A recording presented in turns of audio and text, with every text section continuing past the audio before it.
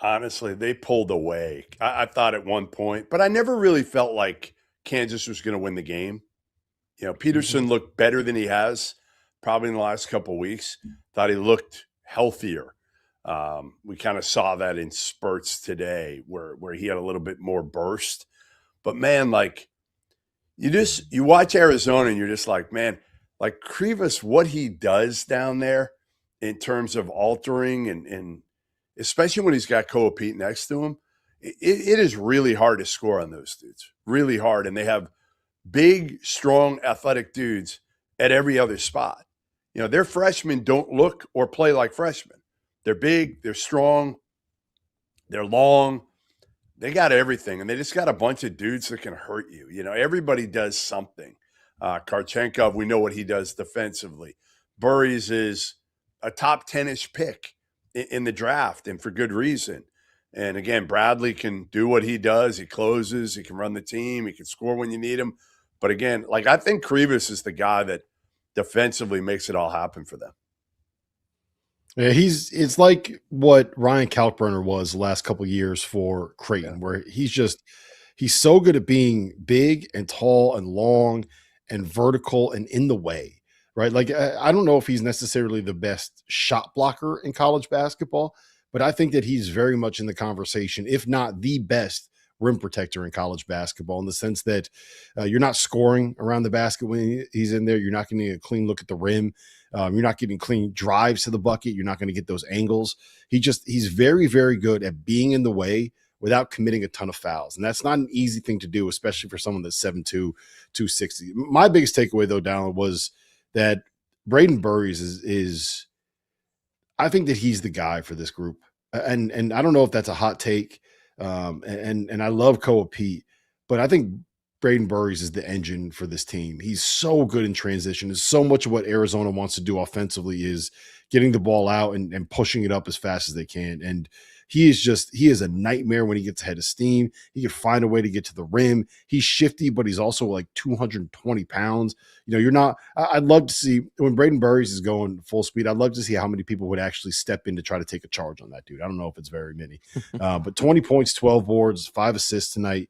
I think he's been Arizona's best player probably since around mid-December or so. And to me, he's the reason why Arizona's gone from being a really good team to being a team that just beat the number 2 team in the Big 12 by 23 points on their own floor. Like that was a really impressive performance from Braden.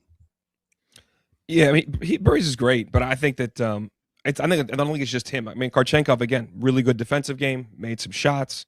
Bradley is, Bradley's going to give you whatever the game needs. It seems like he will force the issue when necessary. If he has to, he's a great closer. He's already proven that. And having Pete back was huge. There was like nothing I learned about Arizona. Arizona could win a national championship. They're one of the couple best teams in the country. We'll talk about that. Kansas's thing is don't have a large margin of error. And they felt like they didn't show up to compete in that game. The beginning of the game, like the 50-50 balls, offensive rebounds let up. Like they have to defend at an elite level. They're a very good defensive team. They're top 10 in efficiency. They have to be that team. If they're not that team, they're not offensively potent enough to make up for that. And I thought their lack of attention to detail and their work rate, the first 8 or 9 minutes, was concerning, especially on the road against a team you're getting Arizona's best shot. You embarrassed them on your court without your best player a couple weeks ago, and the whole country watched that game. Football was over. Super Bowl was the night before. Everybody tuned in, and they saw that. And it was your first L. You knew they were coming, and I was surprised by their lack of fight in that game and showing up ready for a fight. And now they got back in it, so I credit that. But then as soon as the next punch came, Flory tried, but he looks like literally he looks 6'3" out there. I mean, they're trying to lob it to him, and like, good luck. Good luck. Like, Krivas was everywhere. Bryson Tiller did nothing in this game. Yeah. Like, that's the thing is these Arizona bigs, they absolutely neutralized Kansas's bigs, who have been really, really good. Like, Flory and Tiller have been terrific this season, and they didn't do anything. So I think Arizona's just got a lot of ways to beat you. But, again, their defense is really good. Like we talked about, they got a lot of different weapons offensively. I've been – semi-skeptical of them being able to win 6 straight. and I think I'm on board now. I think I'm finally. It took me a while, but I think I'm finally on board. You're the last. I was. Convert. I know. I mean, it took you. You're just now. Yeah, Arizona's 27-2. It's March and 37 minutes. No, it's not March. It's March and 37 I wanted to get in right under the deadline of 37 minutes. I got in. You got it. I got in. I'm there. That is the of all the dumb things that you've said in your life, that is up there with Texas Tech. I went to Arizona. It's been since 1997 that they got to a Final Four. Of course I'm skeptical. I've been along for the ride for how many years? That's 28 years. This is not this is a fan. You're giving us a fan take though. This is not an objective take. Yeah. You are carrying past scars and trying to evaluate the 2025, 2026 Cats here. And you're a little off. You're a little off. So your boys can definitely win the whole freaking thing. And they showed it again today in a comprehensive, 38-minute performance. There was 2 minutes they were not very good, and Kansas was good. Can I just this is what sums up the game for me, right? And kind of sums up who Arizona is. You mentioned that Floyd Badunga and Bryson Tiller have been really good of late, right? Well, they combined tonight for 4 points. They combined for 6 rebounds, the two of them, and they combined for 6 fouls.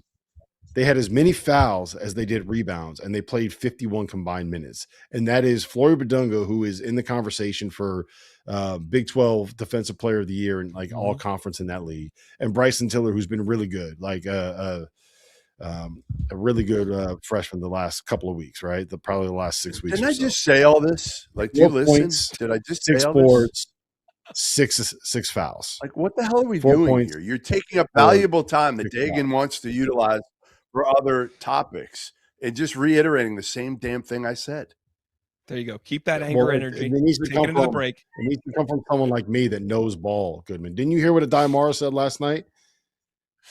Yeah, I did. No sabe baloncesto. You goaded him into it. Good job. All right. We need to hit a break.